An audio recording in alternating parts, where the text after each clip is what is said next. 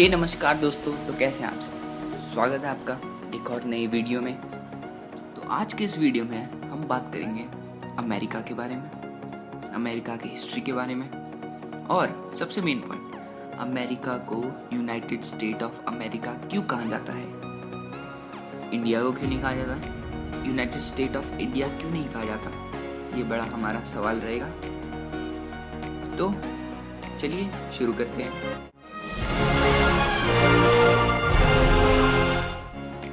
America आज की date में विश्व का सबसे पावरफुल कंट्री। अमेरिका एक ऐसा देश है जिसका डिफेंस बजट जो है वो सबसे ज़्यादा है, किसी भी कंट्री का नहीं। और अमेरिका ही एक ऐसा देश है जिसने अभी तक एटॉमिक बम का यूज़ किया है। उन्होंने 16 अगस्त 1945 में हिरोशिमा पे पहला एटॉमिक बम गिराया। दूसरा एटॉमिक बम उन्होंने नागासाकी में गिराया 9 अगस्त 1945 में। 3 दिन का गैप है दोनों के बीच में। और वो जो 2 एटॉमिक बम गिराए, पहले वाले बम का नाम लिटिल बॉय था और दूसरे वाले बम का नाम फैट मैन। ये दोनों एटॉमिक बम थे जो अमेरिका ने यूज़ किए सेकेंड वर्ल्ड वॉर के टाइम। अब जरा अमेरिका की बेसिक इन्फॉर्मेशन के बारे में बात करते हैं। अमेरिका की कैपिटल वाशिंगटन डीसी है, आपको मालूम होगा। और अमेरिका का जो जोग्राफिकल एरिया है वो 98 लाख स्क्वायर किलोमीटर है। और वहाँ 2 मेन लैंग्वेज है, इंग्लिश और स्पेनिश। वहाँ डॉलर चलता है, तो आप सबको मालूम है। और वहाँ का मेन रिलीजन क्रिश्चियनिटी है, क्रिश्चियन लोगों का होता है ये धर्म। और वहाँ का लाइफ एक्सपेंशन 80 ईयर्स है। आप में से काफ़ी लोगों को नहीं मालूम होगा लाइफ एक्सपेंशन किसे कहते हैं, मैं बताता हूँ। जो नॉर्मल पीपल हैं, आम नागरिक, वो अमेरिका में 80 ईयर्स तक जीते ही जीते हैं। यानी कि 70 पे नहीं है वहाँ।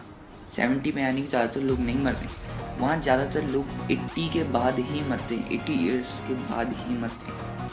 10% लोग मरते होंगे 70-60 पे, क्योंकि उनको कोई प्रॉब्लम रहती है।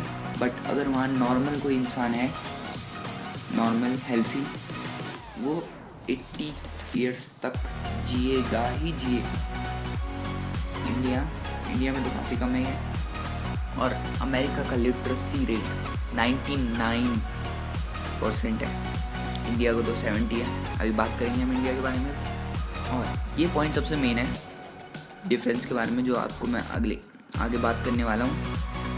वहाँ फेडरल गवर्नमेंट है, प्रेसिडेंट वहाँ का हेड होता है। और अभी वहाँ के हेड डोनाल्ड ट्रंप है।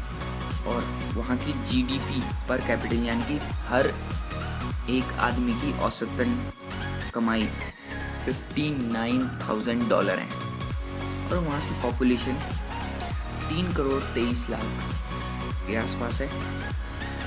आपको मैं एक और बात बता दूँ, अमेरिका में कोई भी प्रेसिडेंट आता है उसकी मैक्सिमम ड्यूरेबिलिटी 5 साल तक ही होती है।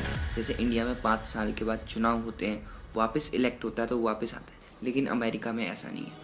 जो एक बार प्रेसिडेंट बन गया वो वापस इलेक्शन में उठ नहीं सकता, एक ही बार रूल कर सकता है, वो दोबारा वो नहीं आ सकता। ये वहाँ का रूल है। तो अब बात करते हैं इंडिया के बारे में। सारे जहां से अच्छा हिंदुस्तान हमारा।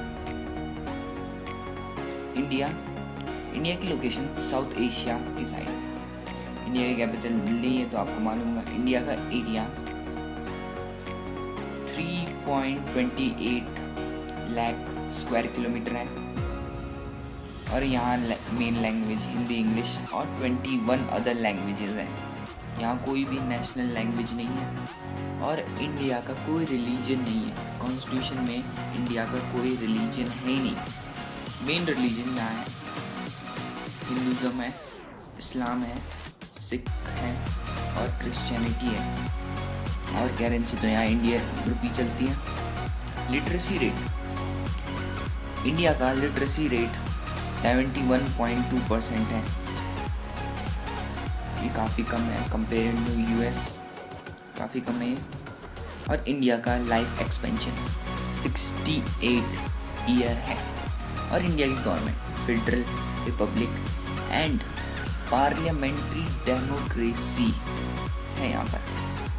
और इंडिया में हेड ऑफ स्टेट प्रेसिडेंट होता है और head of government prime minister होता है, ये नोट कीजिएगा।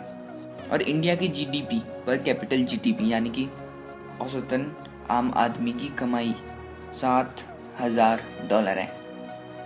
साल की होती है जीडीपी, महीने की मत जोड़ लेना आप लोग। $7,000 कमाई है एक आम आदमी की साल की।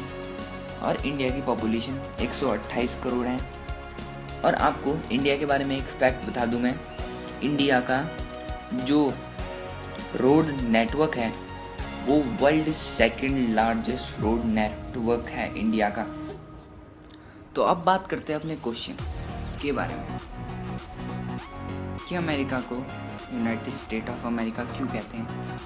पहला मैं क्लियर कर लेता हूँ, अमेरिका में जो है फेडरल प्रेसिडेंटल गवर्नमेंट है और इंडिया में फेडरल रिपब्लिक गवर्नमेंट है। आप सोच रहे होंगे फेडरल तो दोनों में है, बट इंडिया में जो गवर्नमेंट है वो फेडरलिज्म के प्रिंसिपल पे बेस्ड है।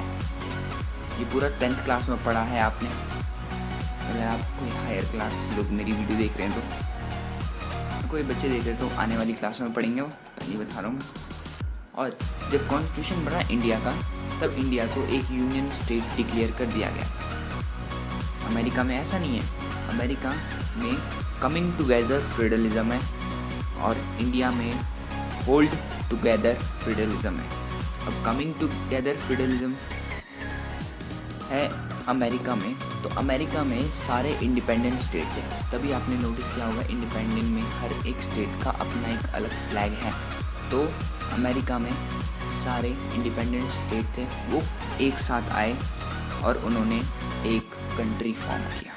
और उस कंट्री में डिफरेंट लेवल बना दिए गए गवर्नमेंट के, ताकि एक सुटेबिलिटी बनी रहे उनके बीच में। और उनके बीच एक कॉन्ट्रैक्ट साइन हुआ, वो जब चाहे उस कंट्री से अलग हो सकते हैं, अपना एक अलग स्टेट बना सकते हैं। इंडिया में होल्डिंग टुगेदर फेडरलिज्म है। अब मैं एक्सप्लेन करता हूँ आपको। इंडिया में स्टेट का कोई झंझट है ही नहीं, इंडिया एक कंट्री है बस, इंडिया एक कंट्री है बस, स्टेट का झंझट ही नहीं है। स्टेट तो इंडिया ने फॉर्म किए हैं, इंडिया तो सिर्फ एक कंट्री हुआ करता था। स्टेट जब इंडिया इंडिपेंडेंट हुआ तब इंडिया ने स्टेट बनाए और अपनी पावर डिवाइड की, क्योंकि एक बंदा पूरे देश को नहीं संभाल सकता, इसीलिए उन्होंने अपनी पावर डिवाइड की स्टेट वाइज, इसीलिए स्टेट बनाए गए थे। तो इसीलिए इंडिया को यूनाइटेड स्टेट ऑफ इंडिया नहीं कहा जाता। तो बस यार आज के लिए बस इतना ही। आशा करता हूँ आपको ये वीडियो पसंद आया हो। अगर पसंद आया हो तो लाइक कीजिए, सब्सक्राइब कीजिए।